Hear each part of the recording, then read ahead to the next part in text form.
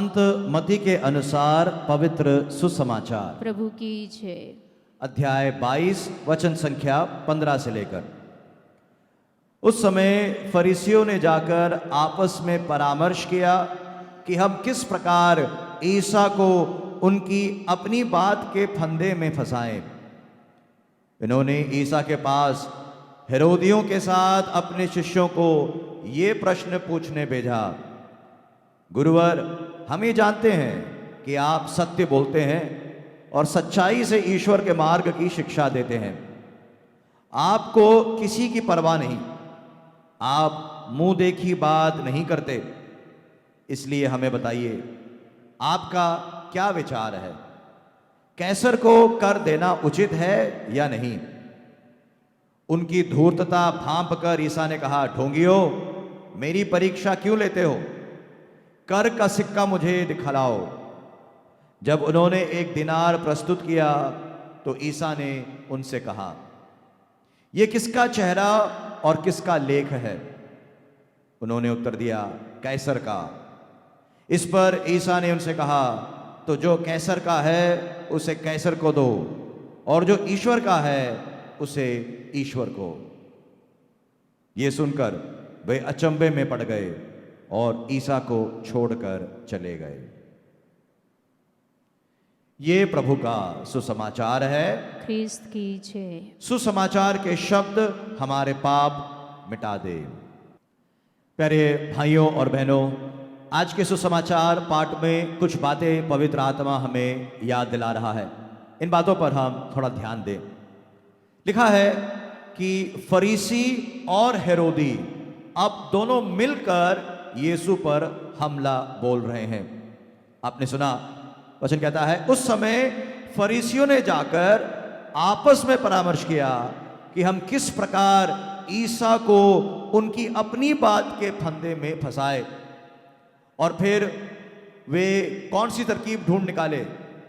वे हेरोदियों के साथ मिल गए। फरीसी और हेरोदी आपस में दुश्मन थे, मगर अभी दो दुश्मन मिल रहे हैं ताकि वे यीशु पर हमला बोल सके। और फिर लिखा है, हेरोदी और फरीसी दोनों मिलकर यीशु के पास आकर प्रश्न पूछ रहे हैं ताकि वो जो भी जवाब दे वहां पर वो फंस जाए।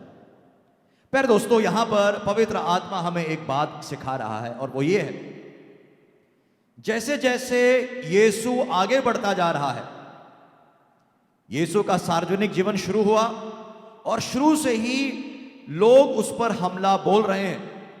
फरीसी आ रहे हैं, सदुकी आ रहे हैं, और अनेक लोग उस पर आकर हमला बोल रहे हैं। जैसे जैसे ईश्वर का सफर, प्रभु यीशु का सफर आगे बढ़ रहा है, आज पवित्र सुसमाचार हमें सिखाता है उसका सफर आसान नहीं हो रहा और मुश्किल हो रहा है। दुश्मन कम नहीं हो रहे, दुश्मन की संख्या में इजाफा हो रहा है, बढ़ोतरी हो रही है, और दुश्मन मिलकर आकर प्रभु यीशु का विरोध कर रहे हैं। कहने का मतलब यह है, जब हम आध्यात्मिक जीवन में आगे बढ़ते हैं, इस बात का हम ध्यान रखें, हमारा सफर आसान नहीं होने वाला, वो और भी मुश्किल होता जाएगा। तो शायद अगर आप ये सोच रहे हैं कि मैं कितने सालों से प्रार्थना कर रहा हूं और कितने सालों से मैं बाइबल पढ़ रहा हूं या फिर मैं साधना में जा रहा हूं, इतना साल हो गया, मगर फिर भी जो परिस्थितियां हैं वो आसान नहीं हो रही, वो और भी मुश्किल होती जा रही है, तो आपका सफर ठीक है, आप सही मार्ग पर चल रहे हो, क्योंकि यीशु ने भी यही अनुभव किया। जैसे जैसे यीशु क्रूस की ओर बढ़ता जा रहा है, जैसे जैसे यीशु का दिन इस संसार में कम होता जा रहा है, उसके दुश्मन और भी बढ़ते जा रहे हैं, विरोध और भी मजबूत हो रहा है, विपक्षी दल में संख्या बढ़ रही है। ठीक इसी प्रकार हमारी जिंदगी में भी ये होना बहुत ही स्वाभाविक है। हमारे यहाँ बहुत लोग विरोध करेंगे। अगर हम सचमुच में यीशु के मार्ग पर चल रहे हैं तो ये हमारी जिंदगी में भी होगा। हमें हमारा विरोध करने के लिए लोगों की संख्या बढ़ेगी, क्योंकि यीशु ने कहा है, संत मत्ती का सुसमाचार अध्याय 7 वचन संख्या 13 और 14 में, संकरे द्वार से प्रवेश करो, चौड़ा है वो फाटक और विस्तृत है वो मार्ग जो विनाश की ओर ले जाता है, उस पर चलने वालों की संख्या बड़ी है, किंतु संकरा है वो द्वार और संकीर्ण है वो मार्ग जो जीवन की ओर ले जाता है, जो उसे पाते हैं उनकी संख्या थोड़ी है। तो यहां पर यीशु हमें बता रहा है अनंत जीवन का जो मार्ग है, स्वर्ग राज्य का जो मार्ग है, वो बहुत ही संकरा है। ऐसा मत सोचिए कि थोड़ा चलने के बाद ये मार्ग आसान हो जाएगा। अनंत काल तक पहुंचने तक ये मार्ग संकरा ही है, बहुत ही मुश्किल है। तो शायद हमारे मन में ऐसा विचार आता है, हमने बहुत मुश्किल मार्ग चल लिए, अब थोड़ा सा आसान मार्ग आए। तो कभी भी हमारे सामने आसान मार्ग नहीं आने वाला, इस बात की उम्मीद हम अपने दिमाग से हटा लें। आज के सुसमाचार में भी यही हमें सिखाया जा रहा है, जैसे जैसे यीशु आगे बढ़ रहा है, दुश्मनों की संख्या बढ़ रही है, विरोधियों की संख्या बढ़ रही है, उसका पथ और भी मुश्किल होता जा रहा है। अगर हम मुश्किल पथ पर चलना नहीं चाहते, अगर हम आसान पथ पर चलना चाहते हैं, तो यीशु हमें बताता है फिर उसका अंत विनाश है। प्रवक्ता ग्रंथ अध्याय 21 वचन संख्या 10 में पवित्र आत्मा हमें सिखाता है, पापियों का मार्ग प्रशस्त है, उसमें रोड़े नहीं है, किंतु वो मृतकों के निवास के गर्त में ले जाता है। तो अगर हम आसान मार्ग पर चलना चाहते हैं, प्रशस्त मार्ग पर चलना चाहते हैं, एक ऐसे मार्ग पर जहां पर कोई भी हमारा विरोध नहीं कर रहा, या ऐसा मार्ग जहां पर सब कुछ आसान है, तो वचन हमें सिखाता है उसका अंत विनाश है, नरक है उसका अंत। पर दोस्तों, पापियों का मार्ग मुलायम पत्थरों से बनाया गया है, वचन हमें सिखाता है। इसलिए आज के दिन हम ये तय करें, अपने आप को याद दिलाएं, मैं कौन से मार्ग पर चलना चाहता हूं, या मैं कौन सा सफर तय करना चाहता हूं। क्या मैं अनंत जीवन पाना चाहता हूं, स्वर्ग राज्य पाना चाहता हूं, या फिर क्या मैं विनाश की ओर जाना चाहता हूं, या क्या मैं नरक जाना चाहता हूं। अगर मैं स्वर्ग जाना चाहता हूं, तो जैसा कि आज यीशु का सफर हमें बताता है, जो जर्नी, जो सफर है, वो मुश्किल होता जाएगा, दुश्मन बढ़ते जाएंगे, विरोध और भी मजबूत होता जाएगा। हम निराश ना हो, हताश ना हो, प्रभु के पास आते रहें, प्रार्थना करते रहें, शक्ति के लिए प्रार्थना करें, क्योंकि इस मार्ग पर चलने के लिए काफी अधिक सामर्थ्य की जरूरत है। इसमें सब बलिदान में भी हम प्रभु से शक्ति के लिए प्रार्थना करें। अगर आपकी हिम्मत टूट रही है, अगर आप एक ऐसे मकान पर आप पहुंचे हो जहां पर आपको लग रहा है कि अब बस, अब मैं आगे नहीं बढ़ूंगा, तो आज के दिन आप इस मिसा बलिदान में प्रभु से प्रार्थना करें, हे प्रभु शक्ति दे, सामर्थ्य दे, ताकि मैं इस मार्ग में आगे बढ़ता जाऊं। दूसरी बात जो आज के सुसमाचार भाग से हमें सीखने को मिलती है, वो ये है, जब फरीसी और हेरोदी दोनों विपक्षी दल यीशु के पास आकर सवाल कर रहे हैं, तो लिखा है यीशु उनकी धूर्तता भांप गया। यीशु को समझ में आ गया कि वो सवाल इसलिए नहीं कर रहे कि उनको जवाब चाहिए, वो सवाल इसलिए कर रहे हैं ताकि यीशु को फंसा सके। यीशु उनकी धूर्तता को उसने पहचाना, उसने भांपा, और फिर भी यीशु उनको जवाब दे रहा है। कहने का मतलब क्या?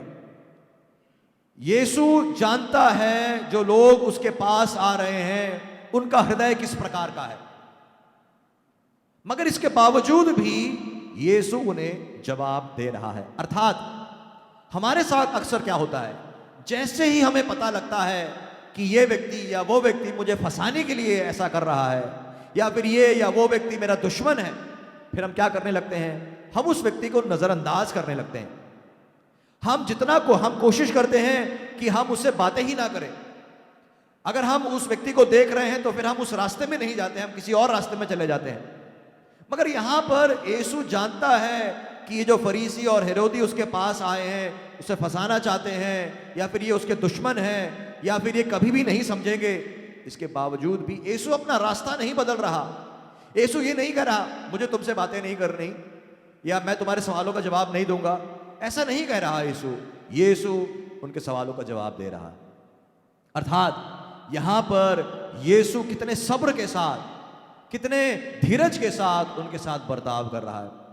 तो दूसरी बात जो पवित्र आत्मा हमें सिखा रहा है आज के दिन, वो ये है, हमारे शायद कई सारे दुश्मन हो सकते हैं, या फिर हो सकता है हम ऐसे कई लोगों से बातें नहीं कर रहे ये सोचकर कि इससे बातें करके कोई फायदा नहीं, मैं जो भी कहूंगा ये उसका उल्टा मतलब निकालेगा, तो मैं चुपचाप रहता हूं या किसी और मार्ग में चला जाता हूं।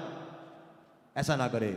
यीशु हमें सिखाता है, तुम्हें लगता है कि वो तुम्हें फंसाने के लिए आया है, या तुम्हें लगता है कि वो तुम्हारा दुश्मन है या तुम्हारा विरोध करता है, इसके बावजूद भी तुम उससे बातें करो। प्रेम के साथ उस व्यक्ति से बातें करो, धीरज के साथ, संयम के साथ उस व्यक्ति के साथ बातें करो। अगर आप ऐसा कह रहे हो मुझे तुझसे बातें नहीं करनी, तो जो भी सवाल करता है मैं उसका जवाब देना नहीं चाहता, तो आप यीशु का मनोभाव से काफी अधिक दूर हो। इस बात को समझे। अगर हम इस मनोभाव से काफी अधिक दूर हैं, आज के मिसा बलिदान में प्रार्थना करें, हे प्रभु तेरे मनोभाव के अनुसार जीवन जीने की कृपा प्रदान कर। तीसरी बात जो आज के सुसमाचार भाग में प्रभु यीशु हमें सिखाता है, ये विपक्षी जो लोग हैं उन्होंने सवाल ये उठाया कि हमें क्या रोमियो को कर देना है या नहीं, क्या हमें टैक्स देना है या नहीं। तो यीशु उनसे कहता है सिक्का लेकर आओ, सिक्का लेकर आओ, मैं बताता हूं। और जब वो एक दिनार लेकर आए, जो अर्थात जो सिक्का होता है, तो यीशु ने कहा इस पर किसका लेख है और किसका चेहरा है। तो उन्होंने कहा कैसर का, अर्थात जो रोमियो का जो शासक था उसका चेहरा है और उसका लेख है। तो यीशु ने कहा जो कैसर का है वो कैसर को दो और जो ईश्वर का है वो ईश्वर को दो। तो यहां पर एक बात जो हमें ध्यान में रखनी है वो ये है, आज कई लोग टैक्स नहीं भरते, चोरी करते हैं। वो जो सरकार को देना चाहिए नहीं देते, उसके अलावा वो सब अपने पास रखते हैं, चोरी करते हैं, हेरा फेरी करते हैं। तो ये प्रभु यीशु के शिक्षा के विरुद्ध है। यीशु कह रहा है सरकार को जो देना है सरकार को दो, कर देना है, टैक्स देना है। और फिर यीशु कहता है जो कैसर का है वो कैसर को दो, जो ईश्वर का है वो ईश्वर को दो। प्यारे भाई और बहनों, हमें से कई लोग शायद चोरी करते हैं, सांसारिक पैसा हमारे पास रखने के लिए हम शायद सरकार को ठगते हैं। मगर इससे भी एक महत्वपूर्ण बात प्रभु यहां पर हमें सिखा रहा है, और वो ये है आध्यात्मिक चोरी के बारे में। क्या हम अपनी जिंदगी में एक आध्यात्मिक चोर बन गए हैं? जो ईश्वर को देना चाहिए उसे दिए बिना क्या वो सब हम अपने पास रख रहे हैं? जैसा कि आपने सुना कुरिन्थियों के नाम दूसरा पत्र अध्याय 1 वचन संख्या 22 में वचन कहता है उसी ने हम पर अपनी मुहर लगाई है। एक सिक्के पर वो शासक का मुहर था, कैसर का मुहर था, मगर वचन हमें सिखाता है हम पर, हमारी आत्मा पर ईश्वर ने अपनी मुहर लगाई है, अर्थात हम पूरी तरह से ईश्वर के हैं। ऐसा नहीं हमारा कुछ भाग ईश्वर का है, हमारी पूरी आत्मा पर ईश्वर का अधिकार है। और इसलिए वचन हमें सिखाता है आप अपना सब कुछ ईश्वर को प्रदान करें। अपना सब कुछ, आपके पास जो कुछ भी है वो सब पर ईश्वर का अधिकार है। तो आज के दिन हम इस पर थोड़ा सा मनन चिंतन करें। मैं प्रभु को क्या क्या दे रहा हूं? प्रभु को मैं देने में कंजूसी दिखा रहा हूं। धन संपत्ति एक अलग बात है, दशमांश ये तो बहुत ही स्पष्ट रूप से वचन हमें सिखाता है आप अपनी संपत्ति का दशमांश दे। और हम में से कई लोग मुसीबतों में फंसे हुए हैं क्योंकि जो ईश्वर को देना चाहिए हम नहीं दे रहे। मलाकी ग्रंथ अध्याय 3 वचन संख्या 9 और 10 में हम पढ़े, ईश्वर कहता है तुम दशमांश और भेंटों में मुझे ठग रहे हो। तुम पर, हां तुम्हारे सारे राष्ट्र पर शाप लगा है क्योंकि तुम मुझे धोखा दे रहे हो। तुम पूरा दशमांश और भेंटे भंडार के पास लाओ जिससे मेरे घर में भोजन रहे। विश्वमंडल का प्रभु ये कहता है इसमें मुझे परख लो, मैं अपने बादलों को आज्ञा दूंगा और तुम पर भरपूर वर्षा की आशीष प्रदान करूंगा। ईश्वर कह रहा है मुझे परख कर देखो, अगर तुम दशमांश मेरे पास लेकर आते हो तो मैं अपने बादलों को आज्ञा दूंगा और तुम पर आशीषों की वर्षा होगी। आज अगर हमारे जीवन में वरदानों की या आशीषों की वर्षा नहीं हो रही तो उसका एक कारण यह है जो ईश्वर को देना चाहिए हम नहीं दे रहे। जो साल में हम जितना कमा रहे हैं, क्या हम उसका दशमांश दे रहे हैं? या महीने में हम जितना कमा रहे हैं, क्या उसका दशमांश हम ईश्वर को दे रहे हैं? उसे दिए बिना हम अपने पास रख रहे हैं, आध्यात्मिक चोरी कर रहे हैं। इसके अलावा हमारे पास जो समय है, 24 घंटे हमें दिया गया। हर रोज हमारे पास 24 घंटे हैं। 24 घंटे में से हम कितना समय प्रभु को दे रहे हैं? दशमांश तो हर हालत में प्रभु को देना है। अगर हम 24 घंटे का दशमांश निकालते हैं तो उसका दशमांश निकलता है 2 घंटे 24 मिनट। क्या मैं ईश्वर को कम से कम 2 घंटे 24 मिनट दे रहा हूं व्यक्तिगत रूप से? अगर नहीं दे रहा तो प्यारे दोस्तों, वो एक कारण है। अगर हम ईश्वर की आशीषों का अगर हम अनुभव नहीं कर पा रहे तो उसका कारण यह है, जो समय ईश्वर को देना चाहिए नहीं दे रहा। हम सोचते हैं कि सारा समय हम मेहनत करेंगे, काम करेंगे या फिर परिश्रम करेंगे, पैसा कमाएंगे, मगर देखिए आपने जो भी पैसा कमाया सब के सब पानी में जा रहा है। क्यों? ईश्वर का आशीर्वाद नहीं है। अगर आप कम से कम अपना दशमांश प्रभु को देते हो तो प्रभु कह रहा है, मुझे परख कर देखो, संकट के समय में भी प्रभु तुम पर आशीषों की वर्षा करेगा। आज हम जानते हैं संसार की अवस्था, सब जगह एक बहुत ही संकट का समय आ चुका है। इस रोग के कारण सब जगह तंगी है, तंगाली है। ईश्वर कह रहा है, परख कर देखो मुझे, इस संकट के समय में भी मैं तुम पर आशीष की बरसात करूंगा। ईश्वर शक्तिशाली है, वो जो कहता है वो करता है। हमें जो शक्ति मिली है, हमारे पास जो सामर्थ्य है, हम उस सामर्थ्य का कितना हम प्रभु को दे रहे हैं? प्रभु के कार्यों के लिए हम कितना सामर्थ्य जुटा रहे हैं? प्रभु के बारे में बताने के लिए हम कितना समय बिता रहे हैं? या फिर हमारे पास जो काबिलियत है, हम अपनी काबिलियत को किस प्रकार इस्तेमाल कर रहे हैं यीशु की महिमा करने के लिए या यीशु के पास लोगों को लेकर आने के लिए? आज यीशु हमें कह रहा है, जो ईश्वर का है वो ईश्वर को दो, चोरी मत करो। आध्यात्मिक चोरी करने से तुम्हारा कोई भी फायदा नहीं होने वाला। जो सरकार का है वो सरकार को दो, जो टैक्स तुम्हें भरना है भरो, मगर इस बात का ध्यान रखे, तुम्हारी आत्मा पर ईश्वर का अधिकार है। 2 घंटे 24 मिनट कम से कम। ठीक उसी प्रकार आपकी धन संपत्ति का दशमांश वो कम से कम। ये सब कम से कम हम पूरा करें और जरूर प्रभु हम पर आशीषें बरसाता है। प्यारे दोस्तों, यहां पर एक और बात जो हमें सीखने को मिलती है वो ये, जब यीशु ये वचन कह रहा था तब इस्राएल पर रोमी शासक कर रहे थे, रोम के शासक थे। रोम के शासकों ने इस्राएल को अपने कब्जे पर कर लिया था। यहूदी लोग रोमियों से नफरत करते थे क्योंकि रोमी उनके लिए एक दुश्मन के समान थे।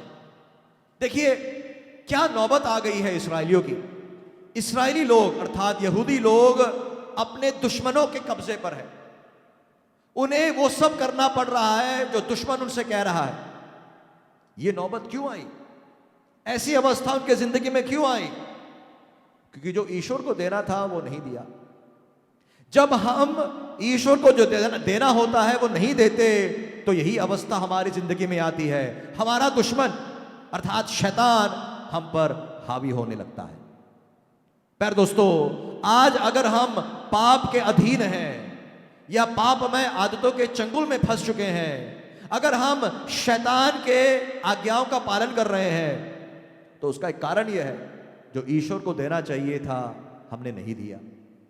इसलिए शैतान अर्थात दुश्मन हमारे जिंदगी में घुसपैठ करता है।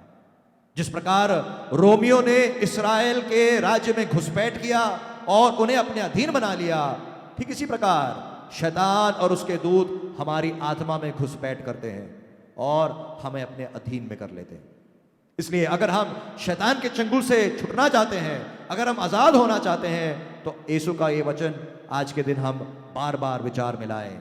जो ईश्वर को देना है वो हर हालत में ईश्वर को दे। जितना हो सके हम ईश्वर को दे, क्योंकि जितना अधिक हम ईश्वर को देंगे हमारा नुकसान नहीं होगा, हमारा फायदा ही फायदा है।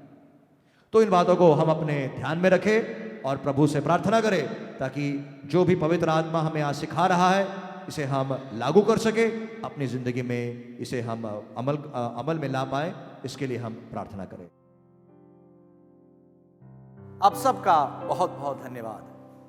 अगर आप इस वीडियो से प्रेरित हुए हैं तो मैं आपसे दरख्वास्त करूंगा कि आप इसे दूसरों के साथ शेयर करें। और अगर आप इस प्रकार की और भी वीडियोस देखना चाहते हैं तो कृपा करके नीचे दिए गए सब्सक्राइब और बेल बटन को दबाना ना भूलें।